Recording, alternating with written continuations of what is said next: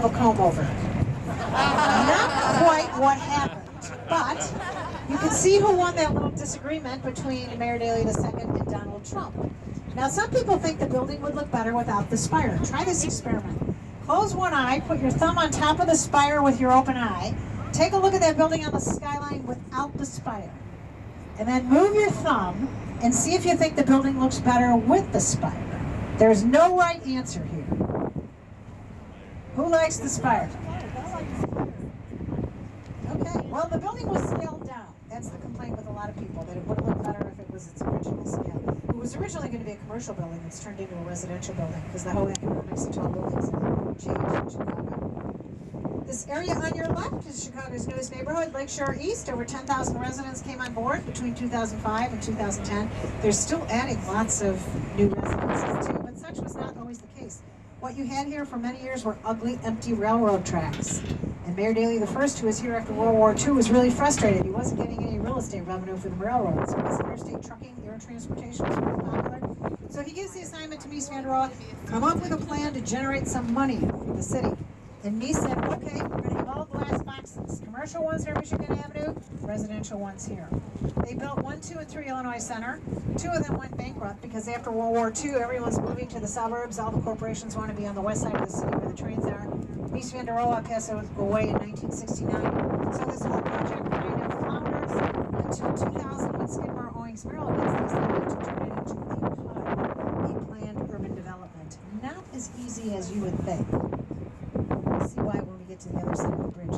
But take a look at the second tallest building on the left there with the wavy balconies. That's Aqua by Jeannie Gang, sometimes called Marina City on steroids. All the balconies are a different size. 20% of them are wheelchair accessible. It's a great solution for wind shear, which is a concern at that location. It's also called a bird-friendly building because everywhere there's not a balcony, there's reflective glass.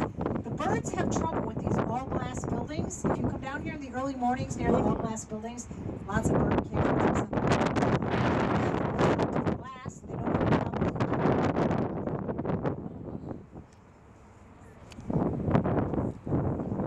Now beyond this boat on the left is the Roosevelt or Lakeshore East Bridge. You may be able to see some blue. There are beautiful murals under there by Chicago architect Ellen Lanyon that tell of events in Chicago's early history. If you feel like a little walk after you're done with the boat cruise, get off, turn left, a little less than 2 blocks, and I guarantee you, you will not regret it. I had the great honor to meet her. And she said when she was painting those paintings here, she had to go all the way down to the Swiss Hotel to find a bathroom. But now she'd be amazed to see what happened to her.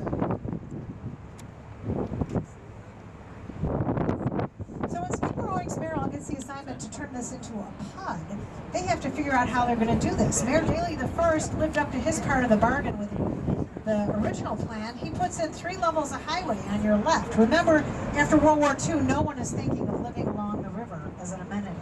So he put in all the sewer lines, and when it comes time to turn it into a residential neighborhood, how are you going to do that where people will open their windows or go out on their balconies and be asphyxiated with all the fumes from the cars? Compare the left and the right. Where do you think it would be easier to have a residential neighborhood? But they've been very creative here. There's a 6-acre award-winning park in the middle. There are plans to put trees on both sides of the highway. That striped-colored short building is the GEMS Academy, the new school for Lakeshore East. And these buildings all have nautical names like Shoreham, Tides, Regatta. The tallest building on your left there with the white stripes in the inverted white corner is the Aon Building. Edward Durrell Stone, 1974, formerly Standard Oil Building, formerly clad in Carrara marble from the same quarry where Michelangelo got his marble for the statue of David. They depleted the quarry, and perhaps in the hubris of all that, within a couple years the marble started to buckle. They had to replace it with North Carolina granite at a cost of $1 million a floor. 100 to 120 million to build that building, 60 to 80 million to reclad it. They took the marble, ground it up, put it at the Standard Oil plant in Indiana, in the roads. Use it for landscaping. Can't you just picture some anthropologist, archaeologist type a couple 100 years from now going, how did this get here? Continuing on your left with the alternating bands of silver and gray is the Swiss Hotel by Mr. Triangle, Harry Weiss. Same architect, same shape as the jail in the South Loop, but the jail only has 4-inch windows. Very efficient shape. Concrete core, minimize the hallways. In this case, maximize the rental rooms. And beyond that is a glass box by the successor firm to Mies van der Rohe. That's 3 Illinois Center by Fujikawa, Johnson, Lohan, and Associates. That's what Mies had planned for this whole area. All glass boxes. Now, it's not at all clear if this is all glass boxes, it would be a better solution. Right now, this is considered a financial success, Lakeshore East, but architecturally speaking, the jury is out. No shortage of architecture critics in Chicago. Blair Kamen, the critic for the Chicago Tribune, said, "Architecture is the art you live with." The thinking is if you don't like a painting at the Art Institute, you don't have to go see it. But if you don't like the building in which you live or the building in which you work, you may want to see if you can do something about that. Winston Churchill said, "We shape our buildings, thereafter the buildings shape us." So whether or not you realize it, the space in which you live, the space in which you work affects the way that you think and the way that you feel. Design matters. Choose wisely. The reddish brown brick buildings on your left at right angles to each other are the Hyatt Hotels. Largest hotel in the city, 1974, A.E. Epstein & Sons. They're connected with a glass atrium. You cannot see the river from the glass atrium because in 1974 you did not want to see the river.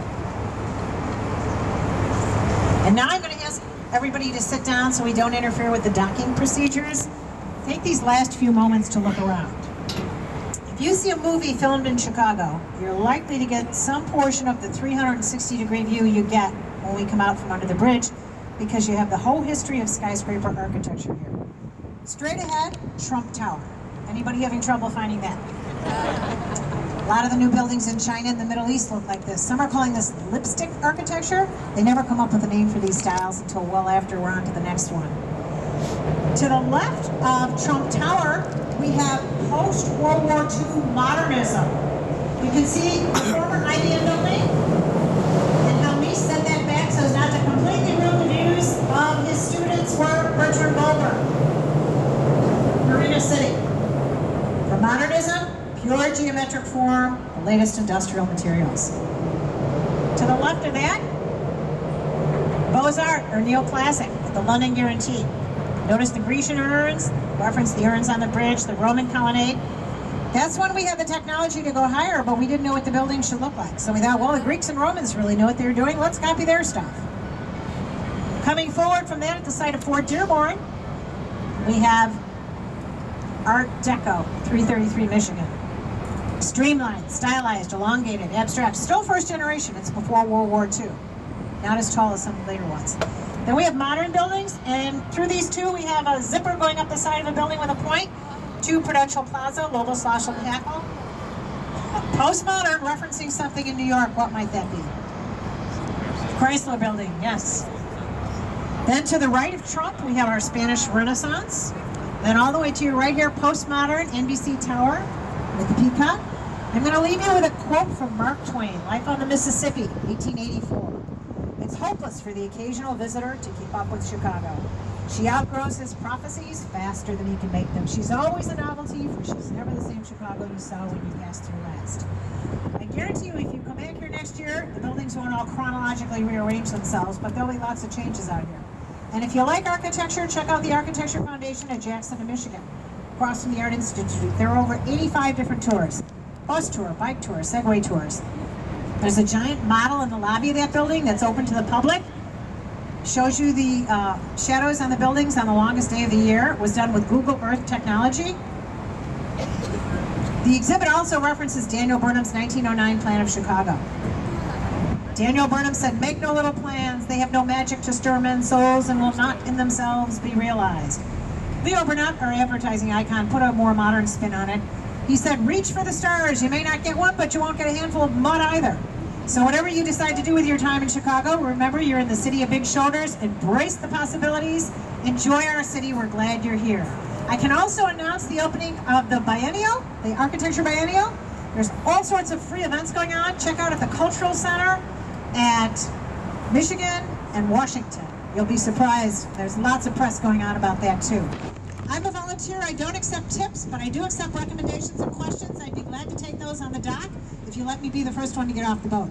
Thank you very much for joining me. You've been a wonderful audience.